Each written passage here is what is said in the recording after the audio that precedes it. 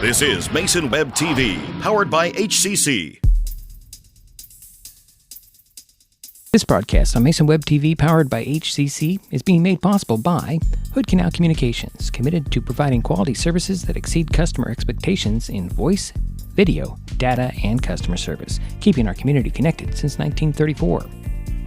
Mason County Public Health and Human Services Prevention Education Partners Substance Abuse Prevention Coalition, helping provide prescription drug take-back boxes in Mason County. Mason PUD3, connecting our community with safe, reliable, economical, and sustainable services 24/7. And Mason Health, united community, empowered people, exceptional health.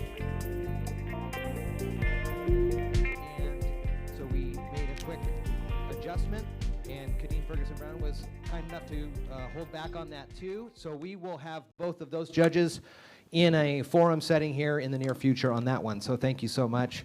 I am honored here now to introduce to you three candidates for City of Shelton Council Member 1 position, and they're going to have 2 minutes to introduce themselves. We'll go through some questions that have been pre-prepared. Now is your opportunity for last-minute questions to be written from the audience, and if you have any questions, you can give them to Bob there, and we can get through those.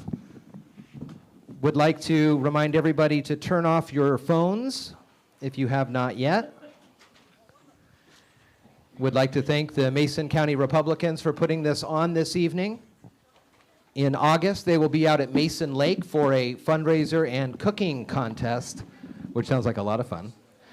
And I also would like to take this time, before we get started, one, to acknowledge any of the other elected officials who are in the audience here. If you would like to just raise your hand or stand, and thank you so much for being here. We have 1, 2, 3, 4, 5 people here tonight, 6 people here. Thank you so much. And now, before we get things underway, let's all please rise and we'll do the Pledge of Allegiance. I pledge allegiance to the flag of the United States of America and to the republic for which it stands, one nation, under God, indivisible, with liberty and justice for all. Thank you so much. Again, we'll have 2-minute introductions from our candidates here tonight. We'll go through a Q&A, and they'll each have an opportunity to answer that question, and then if there's any questions from the audience, that we'll ask those as well. So first things first, with 2 minutes for introduction, we're going to start with Mary Eagleson down at the end. Mary, go ahead and take your microphone, and we have a timer here in the audience. Make sure everybody up on the stage can see that. That will be your notation to wrap things up. So if the timer's ready and everybody else is ready to go, Mary, 2 minutes introduction to you. Good evening, everybody. Welcome. Thank you for coming. My name is Mary Eagleson, and I'm running for City Council, Seat 1. Some of you people know me, some don't. And I just want to be on the City Council to help do the best I can for the city and try to make decent decisions if we can, and handle some of the problems that really need to be handled in this city, and see what we can do if the city can't do it, if we can get help otherwise, and do the best we can. And that's all I have to say right now. Thank you. Thank you, Mary. Next, for 2 minutes for the introduction, Tristen Smith, please. So, hi, my name is Tristen Smith. Some of you may know me from Lumberman's / Builder's First Source, now downtown. Pretty sure everybody that's been in Shelton for a long time calls it Lumberman's. I've worked there for about 4 years. I've lived in the city of Shelton for approximately 6 years, a little over that. I'm a hardworking mom of 2, so I've got one little child that's in elementary school, and the other one is just a little baby. In addition to that, I have a second job, owning my own contracting business, doing some small jobs around town. I've been involved with the Shelton Historic Preservation Board for the past probably a little over a year now. So I've helped them with the historic district downtown, building decisions, trying to maintain the properties around that area. And I really just want to help Shelton become the best it can be. I enjoy visiting all the parks, the recreation. I've loved seeing all the downtown events that go on that really help everyone. And I'd like to help make that more of a possibility and create more of that for everyone to enjoy. Thank you. And finally, for 2 minutes of introduction, George Blush. How you doing, everybody? My name is George Blush, and I'm running for Shelton City Council seat number 1. I'm a happily married father. I've been married to the same woman for 24 years. She's a representative of the Mason County Sheriff's Office, proudly. We have 3 amazing kids, age 11 to 20. A lot of you have met them around here, and one of them's around here somewhere.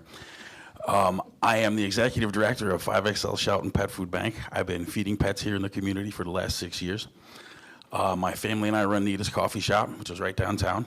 We've been there the last 5 years, kind of helping out, doing whatever we can in the community. I'm on the board of directors for Crossroads Housing, and you know, I know the importance of housing around here, and I definitely get to see firsthand the things that are working and happening.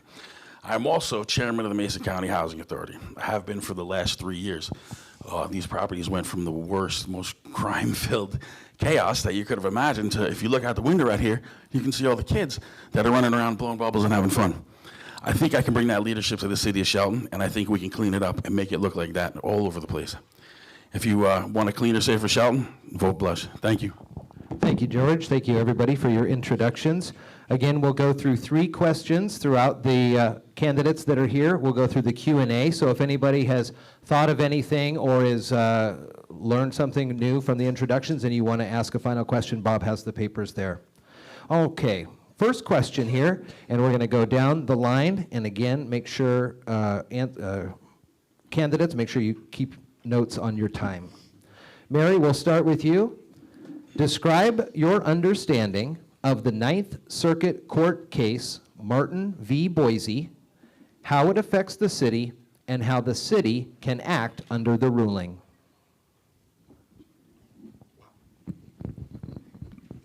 I'm not sure of that proposal that you're talking about. Can you give me a little more clarity on that? The Ninth Circuit Court case, Martin v. Boise, deals with homelessness. Thank you. We talked about that when I was on the committee for the homeless.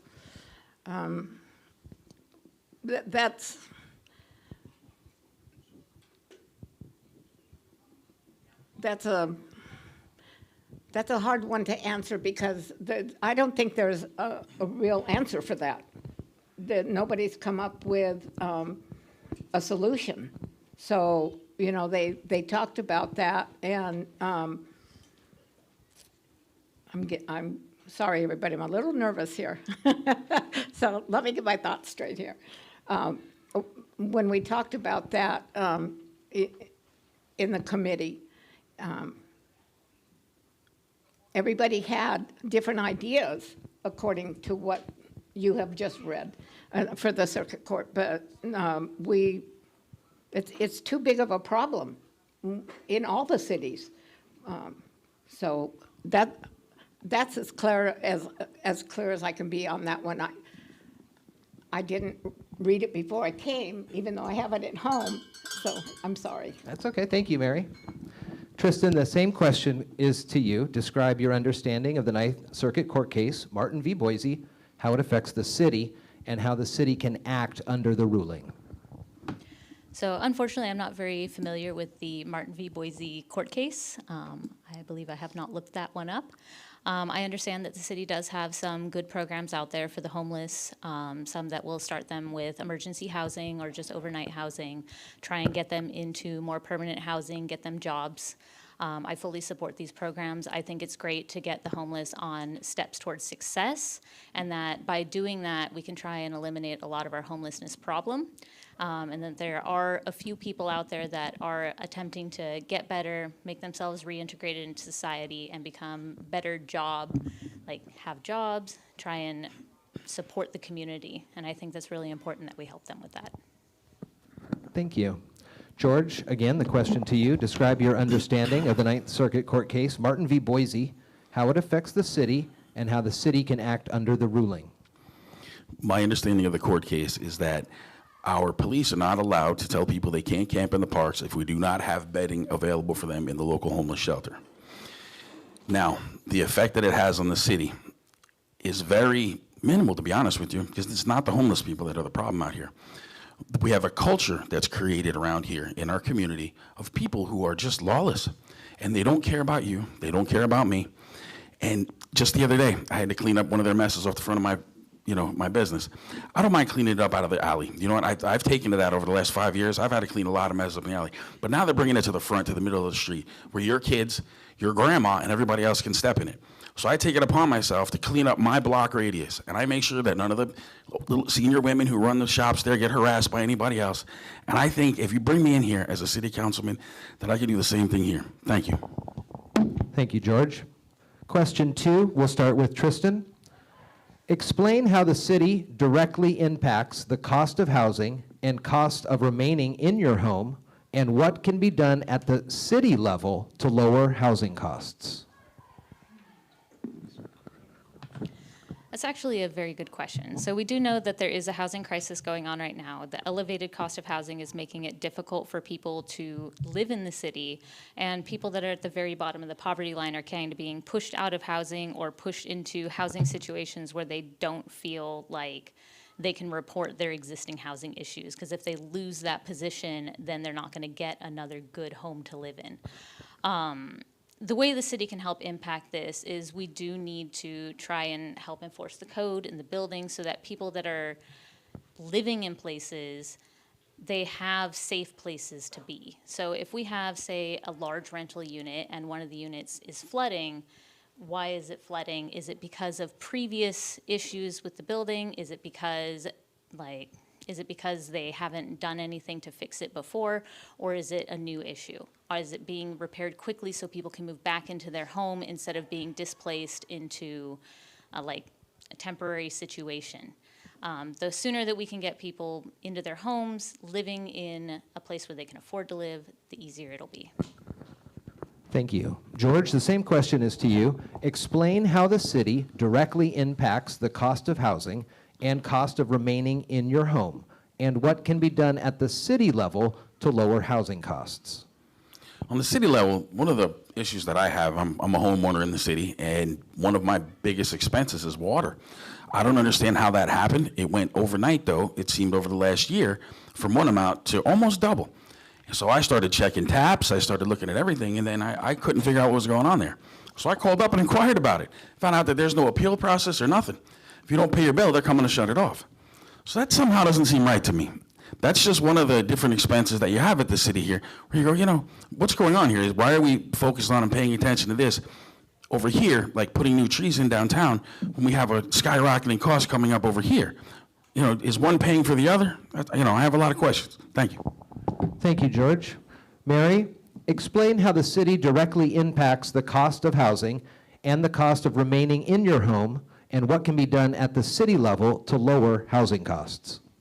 Well, I think one of the issues is we need more homes. We need to, and we are in the process of, under my understanding, annexing more property to have more homes.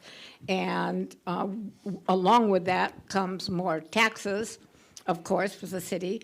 But for people to stay in their homes, with the cost of living the way it is hard to say where you can make the cuts at this point to make it easier for people to live. The city has to sustain itself. We have to have money coming in so that we can do the roads, so we can do the sidewalks, so we can do everything that needs to be done for the homeowners. But if we don't have more homes and more taxes coming in and a possibility of lowering some of these costs for homeowners, it's going to be a real problem later on down the road. Thank you. Before we move to the next question, is everybody okay with keeping this door open over here? It's not too loud? Okay. They're having karate over here, so it's a little loud. All right, here we go. Question number 3. George, we'll start with you. More city residents are being affected by crime of all types. What would you propose as possible solutions to this issue? Stop making it comfortable for them. We have given up and surrendered Brewer Park. That's not acceptable to me. I drive past there every single day. There's people more and more getting dropped off here all the time, and we just accept it. If nobody says anything, then they're just going to keep doing the same thing. I go out there every day and deal with this every day, 5 days a week down at Nita's. If you don't believe me, come down and see me. You'll get to see all the things that I dealt with. Before I came here tonight, I was going to leave my car in front of Nita's. I was going to walk here because it's a nice night out. But with what's going on at the clock tower right now, I opted not to have my car stolen. So I said, I'm going to drive over here. And that's my reality that I dealt with just tonight. Thank you. Mary, more city residents are being affected by crime of all types. What would you propose as possible solutions to this issue? Well, the solution would really be a lot more police officers, but again, then we're talking about the financials of the city, whether we can afford more police officers. I think maybe one problem could be solved if we could get people to be more neighborhood watch people and be able to call in when they're seeing these things happen and be able to control it so it doesn't affect somebody down the street. If you have a situation, don't be afraid to call in. There is a lot of crime going on. I wish we had more undercover cops. I wish we could get out there and stop and find out where these guns are coming from, where the drugs are coming from.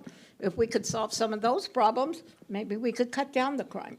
And we have a bigger jail. We don't have a big enough jail. And trying to get all these people that are committing crimes into jail isn't happening. They're getting cited, but then they just go and they go somewhere else. So it is a problem. So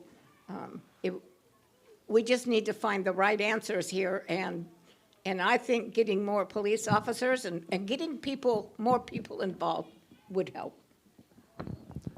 Tristen, final question here before we go to the Q&A from the audience. More city residents are being affected by crime of all types. What would you propose as possible solutions to this issue? So working at Builders First Source, we do have a lot of theft in the area. It has gone up in recent years. I do want to commend our local police department for the responses that they've had coming to our business. We have had quite a few very aggravated individuals that we have had to have removed from the property. And the police have done a great job handling that. Even when they get very aggressive, they haven't resorted to using any violence. They've been very peaceful in getting them to move along. Unfortunately, at this time, I don't believe that we have a local jail to put people in. So that might be something to work towards in the very future.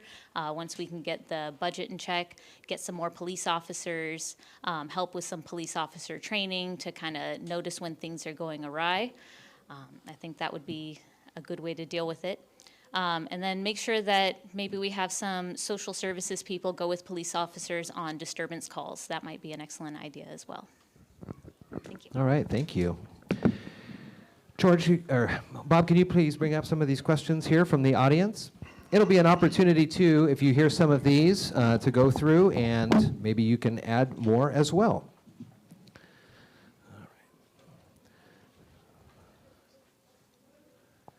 Mary, we'll start with you here for question number 1 from the Q&A. With the city having budget shortfalls, what are some ways to help this? And how does homelessness fall into that?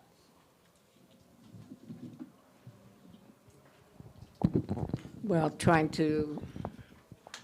homelessness, the city's financial stuff isn't just about the homeless. The city financial stuff comes from a lot of the stuff that the city has to buy, the trucks, people, and the different resources that we need to sustain our city.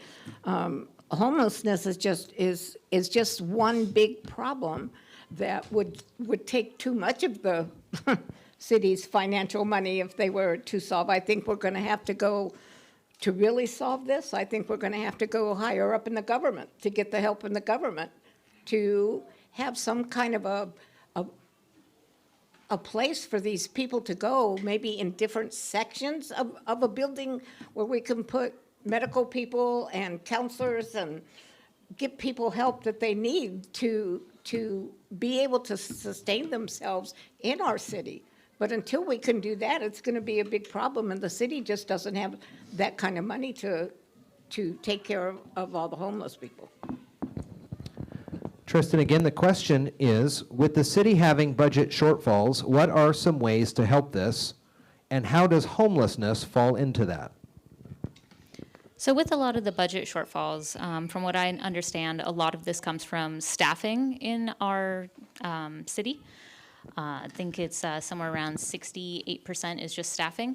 Not that we need to decrease staffing, but maybe we do need to encourage hiring a grant writer on staffing to try and get some grants for the city. There are a lot of places that'll offer grants for beautification, helping to create housing for people that don't have any, and helping to fund all those programs. A grant writer would be able to bring in more money to the city, more than they're getting paid, hopefully.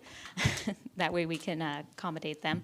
With that money, maybe we can use it towards encouraging the homeless to move into some sort of housing, get them off the streets, initiate some programs to get them jobs, working, and then getting them on their own feet. With that being said, I do believe that grant writer would be one of the best options for starting that, and then working with our local homeless societies to get them figure out what programs are working the best. George, with the city having budget shortfalls, what are some ways to help this, and how does homelessness fall into that? So the way homelessness factors into the amount of money that we're in the hole is because, every time that they have to clean up another mess, every time that they have another fire, every time that services need to be used, et cetera, it goes on. So that creates more cost to the city. Every time there's an emergency call, that creates this, gas use, employees and all that sort of thing. And with that, I'm going to completely agree with Tristen and say we've needed a grant writer in this city for way too long. And the fact that it's only coming up now is amazing to me. And I was going to say the exact same thing, because we haven't how is it possible? So I am a board member for a number of different organizations here in the community. And the only reason we've been successful is because we hired grant writers. We brought them in way long ago. Right now, at this point, you should have thought of that, a year ago before you got into this pickle. So one of the first orders of business that definitely needs to be done immediately is, if not hire one, hire two grant writers so we can find the money. There's so much money out there. They tax us to death here. So now we need to find out how to get some of that money back. And then we can get right back where we need to be and clean up this mess.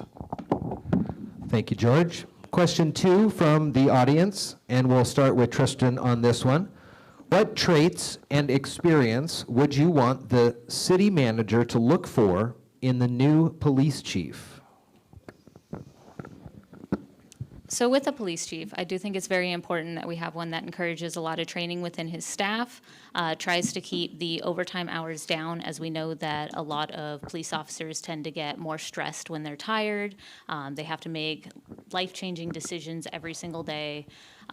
Perhaps not so much in Shelton as a larger city, but a police chief would be able to show exemplary leadership, hopefully get some some social people on staff to be able to help them make more mental decisions rather than physical decisions. I think it's important to give them rounds, make it so they know exactly where they're patrolling, what looks interesting, and a good police chief would be able to make sure everybody is where they're supposed to be, guide them, help them with decisions, and make sure that they're being exemplary members of the community and basically showing up.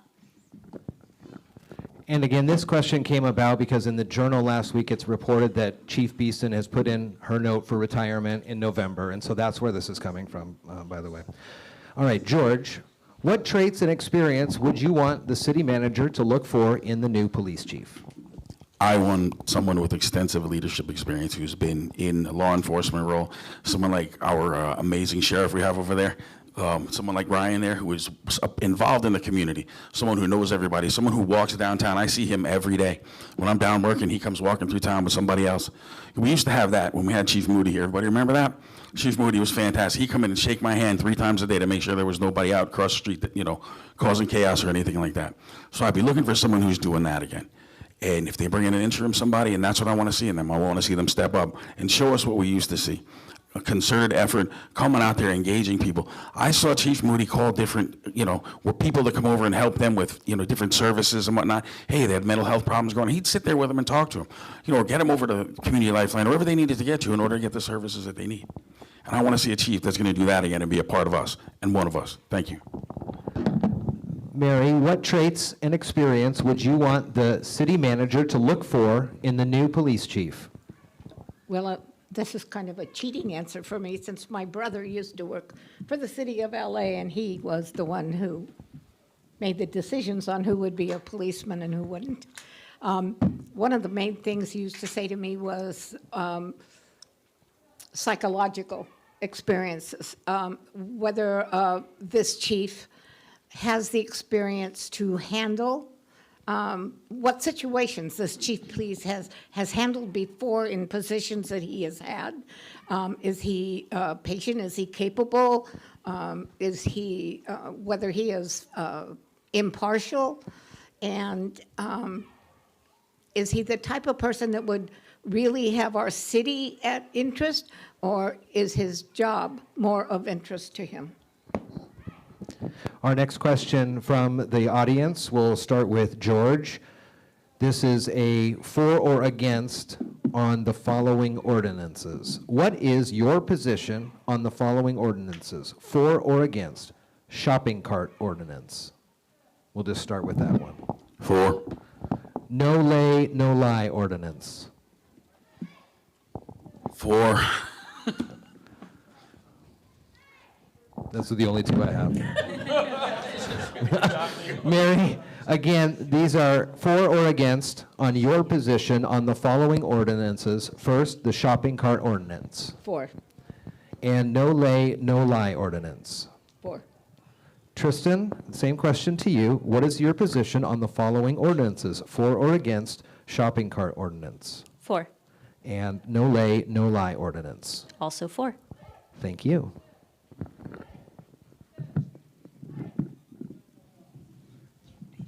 Question number 4, we'll start with Mary. Mary, what is your plan to deal with the leaving of drug paraphernalia and feces that are being left on porches of downtown businesses?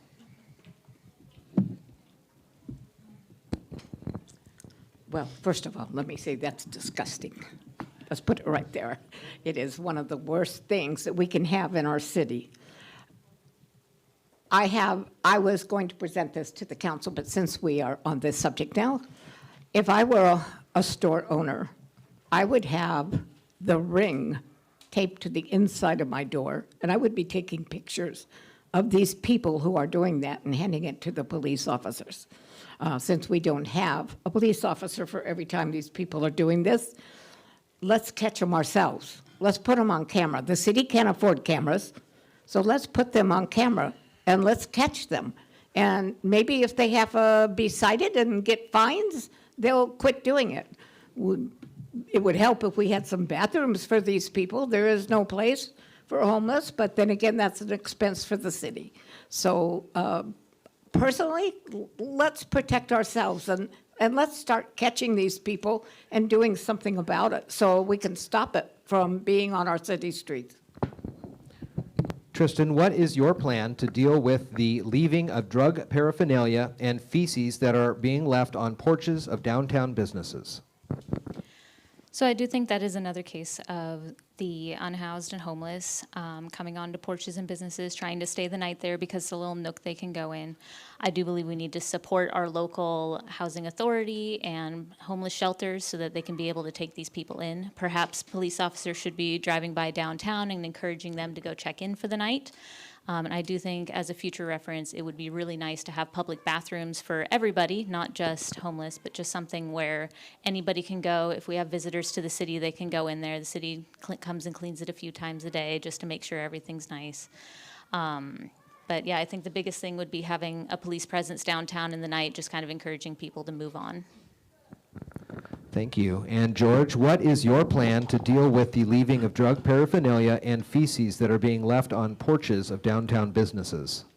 First and foremost, I clean it up every single day. Every day when I'm downtown, I get to clean up one of that. It's usually in the alley, but lately it's been out front, which has been even more interesting.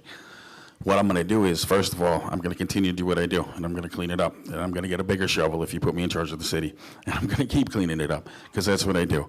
And we're going to start making it uncomfortable. They shouldn't be able to hang out in front of our shops at night. You know, get some lighting set up, different things like that. You know, if you need to use the restroom, we live in the woods.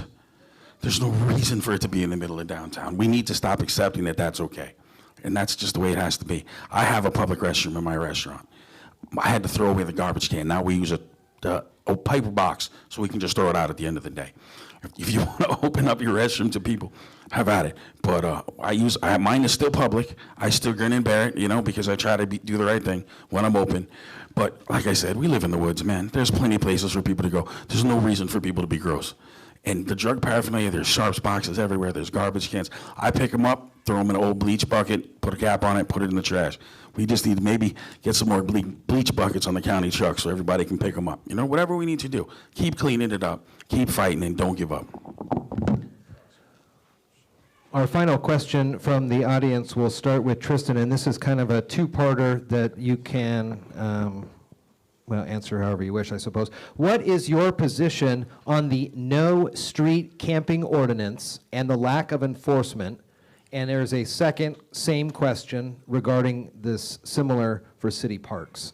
So your position on the no street camping ordinance and the lack of law enforcement, and as well the posted rules for city parks and the lack of enforcement. Well, this has to do with also the ordinance where we have to allow any sort of park camping if we don't have an available bed for them. If we don't have available beds, then maybe we should want to stay. Unfortunately, our parks are a lot of places where they can either hide under bushes, stay out of the public eye, get a little bit of privacy because they don't have anywhere else to go.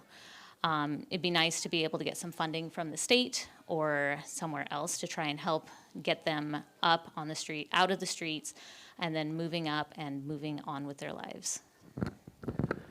George, what is your position on the no street camping ordinance and the lack of enforcement?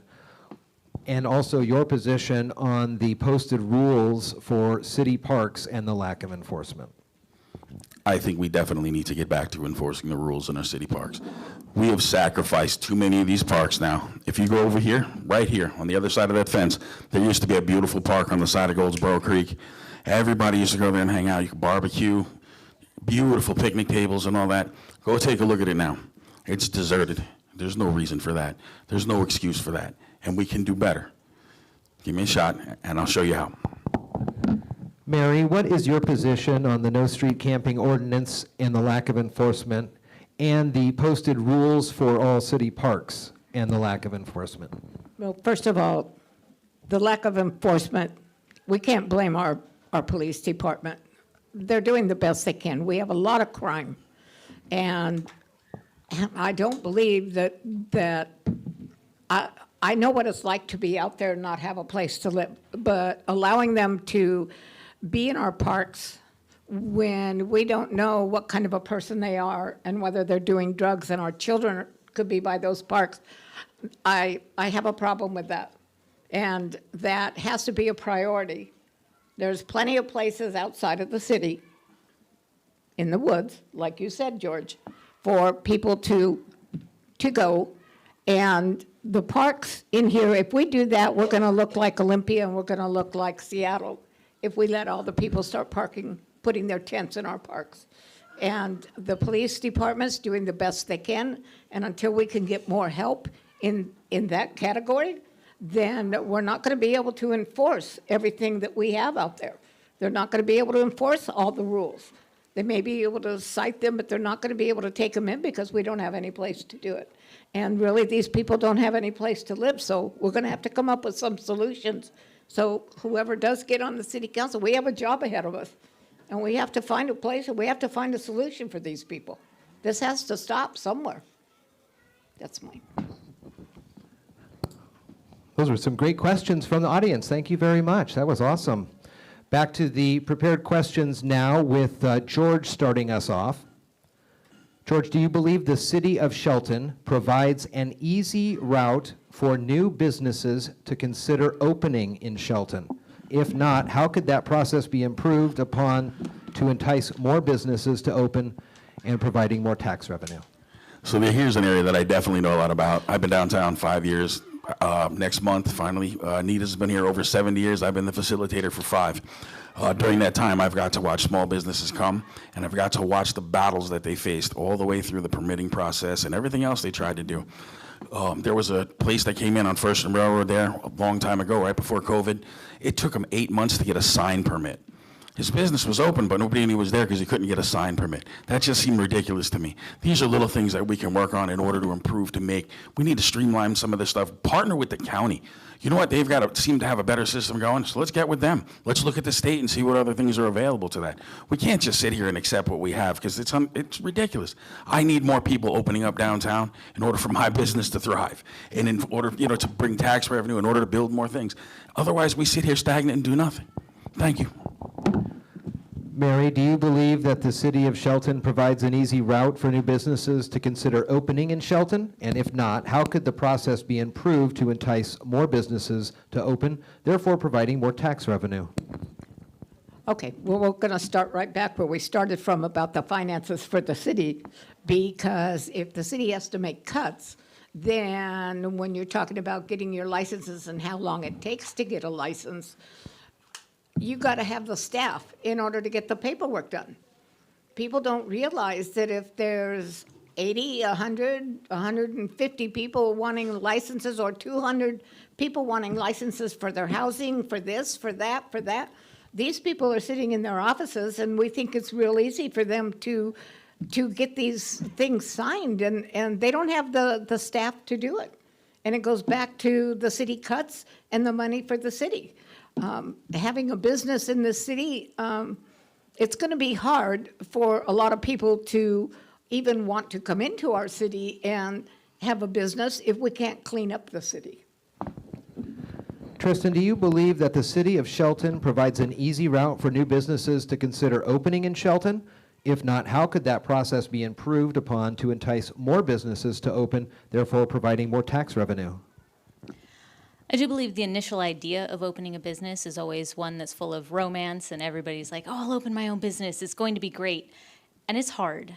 The city, they do their best to try and help, but they just don't have the staffing to be able to put through all the permitting processes, make sure everybody has the proper licenses, insurances, all of the things and bonds that you need to make sure to open. I have my own contracting business. I will say I run it out of my home because it's a lot easier than trying to get a location, get the signage permits, get all the fire permits approved, making sure everything follows exactly what you need in order to operate out of a building that the public can come in. That's what makes it a little bit more difficult.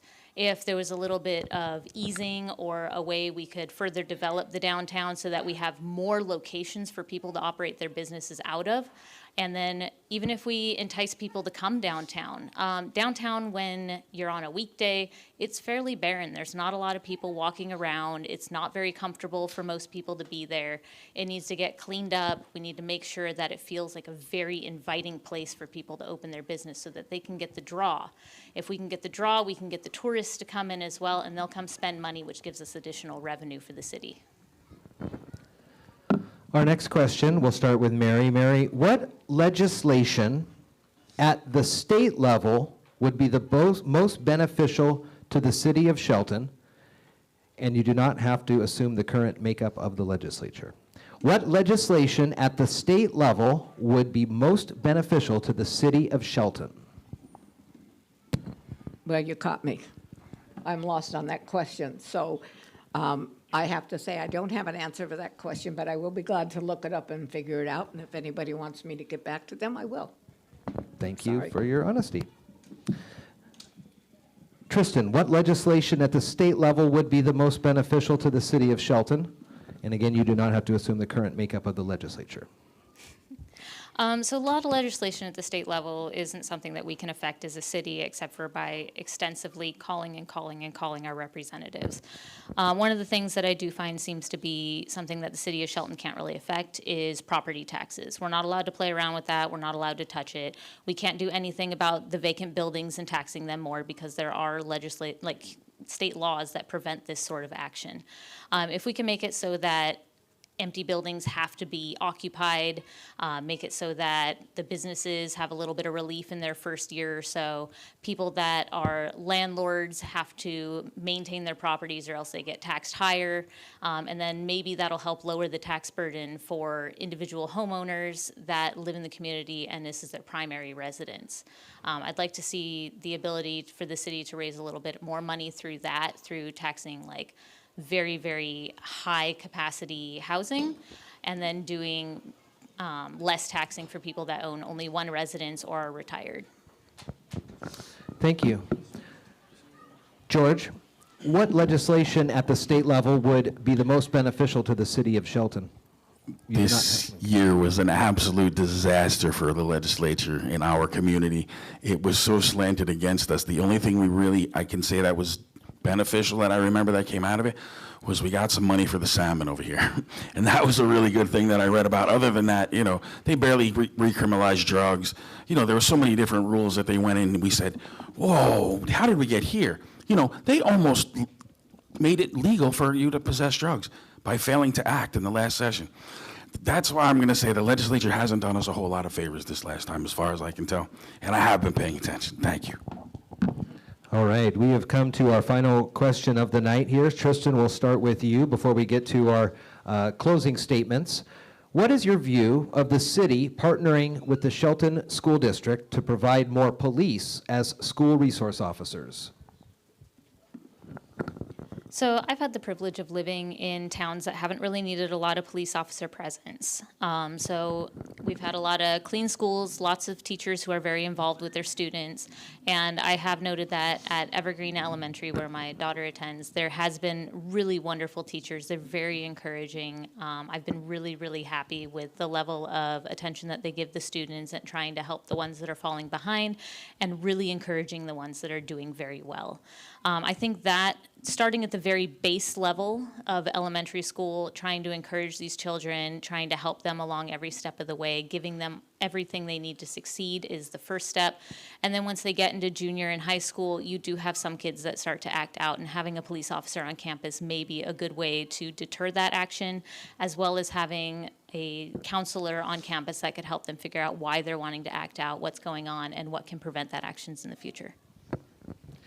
George, what is your view of the city partnering with the Shelton School District to provide more police as school resource officers? I am absolutely 150% for it. My son was taught how to play basketball on the schoolyard by Officer Cuthbertson for the Mason County Sheriff's Office. I am very pro-police. My wife is a Shelton corporal with the Sheriff's Office here in Mason County. I'm very proud of her, and I'm very proud of all the work that our officers do here in order to do the best for our kids around here. A lot of them have shown up and done a lot of really cool things, fundraising. We have the Shop with a Cop program. Anytime that we can involve and engage them early with the police is a total positive on my part as far as I can see. I've seen where my daughter is in life, because her relationship with the police here, she's actually flourished and she's done really well in life. I saw where a lot of her friends who'd say other things about police, where they've gone in life and how those things have turned out for them. And if we want to have a good, positive, encouraging relationship between law enforcement and our children, then we have to have school resource officers, without question. Thank you. Mary, what is your view of the city partnering with the Shelton School District to provide more police as school resource officers? Well, I think that's the best thing we can do. I think our children deserve to be protected. When I grew up, we didn't have to worry about this stuff. It just floors me that children can't come out and walk like they used to, go home like they used to alone, or be in school and be safe and not worry that somebody's going to come in and shoot them. We need the protection. Our school systems, we have to protect the children. If they say our children are the future, then why aren't we protecting them? Isn't that the most precious thing we can do, is to protect our children, their education, make them learn? They'll learn if they're not scared. If they go to school and they're scared, are they going to learn? I sure wouldn't be able to. I'd be sit there petrified. So I think it's a good thing that we need to do that. We need to protect our children and our schools. Thank you, Mary. Before we get to the closing statements here from our candidates tonight. I do want to thank everybody here. These 3 candidates have been sitting here answering 11 questions for the last 45 minutes. It's not an easy thing for them, so we appreciate everybody here in the audience. A reminder, as we move through not only the primary season, but into election time, these 3 will be moved to the top 2 from the primary into the general election. And I'm sure that our Mason County Auditor would love to make sure that everybody checks their signatures before they put them into the drop box or into the mail slot to help avoid anything there. I also want to make sure everybody remembers in August, the Mason County Republicans are putting on a cooking contest and fundraiser at Mason Lake. And I want to thank Melissa Upson and all of the Mason County Republicans for putting this on here tonight. So now we're going to get into our closing statements. Again, you have 2 minutes. And we'll start again with Mary at the end. Mary, 2 minutes to you. Thank you, everybody, for coming. I think our town is doing better. I've seen more businesses open. I think we have a lot of problems to solve. I think we can do it. I just think we have to put our heads together and find out where we're going to get the help to be able to solve these problems. To take care of one of the other big problems that we just said was to take care of our kids in school, make sure they're protected, make sure they feel safe, make sure they're getting the education they need. Well, if I was running it, they'd go back to learning reading, writing, and arithmetic like we did, but we can't change that, can we? So there's a lot of things that we could do that we can change for the city, but we're going to need all the people out in our city to try to contribute, not by coming, if you can't come to the city council meetings, you can write to the city council, you can write to the city, to the mayor, you can write to anybody. Let us know what your ideas are. Let us know what we can do and what you think can be done, because we're not the only ones that are going to be able to make decisions. We're going to listen to what the public has to say, and that's very important for us. Thank you very much. Thank you, Mary. Tristen, you also have 2 minutes. So I once again wanted to thank everybody for coming. It was very nice to see you all tonight. If I'm elected to city council, then I'm committed to working with our existing city departments and trying to work within our existing city budget. Our city has tried to cut and cut and cut as much out of the budget as they can, and at this point, there's not really much more to go. So what I'd like to see is bringing more money into the community. How can we make it so that we can continue to have these vibrant, fun community downtown events that bring people into our town, bring people that want to come visit us, want to come spend money at our local businesses, say what a great time they had in Shelton. They want to stay at our Airbnbs, they want to stay at the businesses, they want to come and see everybody. Because of this, our city's at a precipice. Our budget is really just torn right now, and if we continue on the path that we're going on without really solving the situation, it's just going to continue to compound with the finances. So I'd like to solve that first. We have over 10,000 residents that rely on our city to provide them with their utilities, all their water, their electric, and us partnering with them and partnering with even the garbage department to bring the trash out of town is what needs to happen. We need to figure out how to balance the budget, make it so that the city can pay for all of these things that they provide, as well as maybe be able to have some money for beautification projects. And I'd like to see that happen. Thank you, Tristen. George, you have 2 minutes for your closing statement. Hi, everybody. My name is George Blush, and I'm running for Shelton City Council, seat number 1. Thank you for everyone for coming tonight. I appreciate everyone just coming out, especially since it's just us up here. You know, we were missing out on the judge. Everybody take a moment to say a little prayer for Judge Stevens. I tell you what, I have my little boo-boo here. After what happened to him, I'm definitely feeling like a wimp for wearing a bandage up here today. Say a little prayer for him, though. He's a good man, and I'm sorry to hear about what happened to him. We have a mess here. We definitely do, but it's not too far gone. There's nothing we can't get back. There's nothing we can't fix.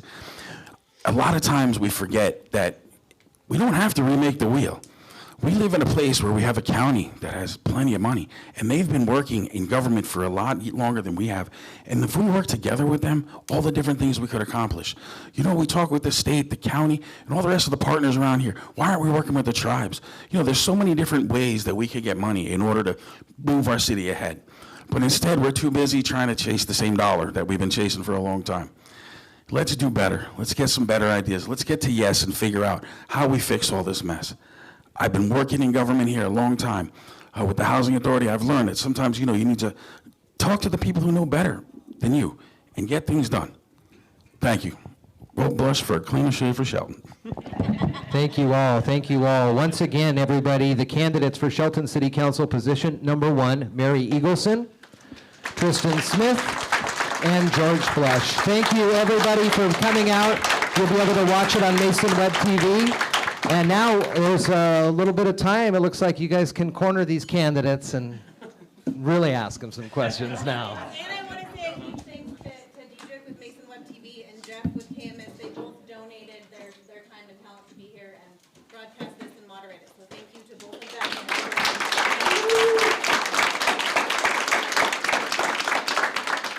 And thank you, Jeff, for telling them they can corner us. I appreciate that.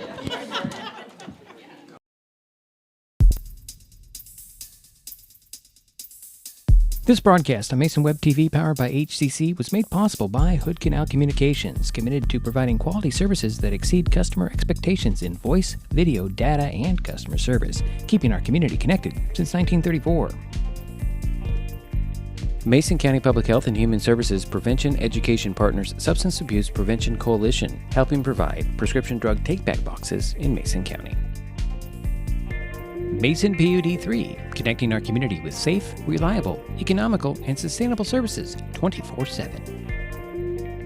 And Mason Health, united community, empowered people, exceptional health. Thanks for watching Mason Web TV, powered by HCC.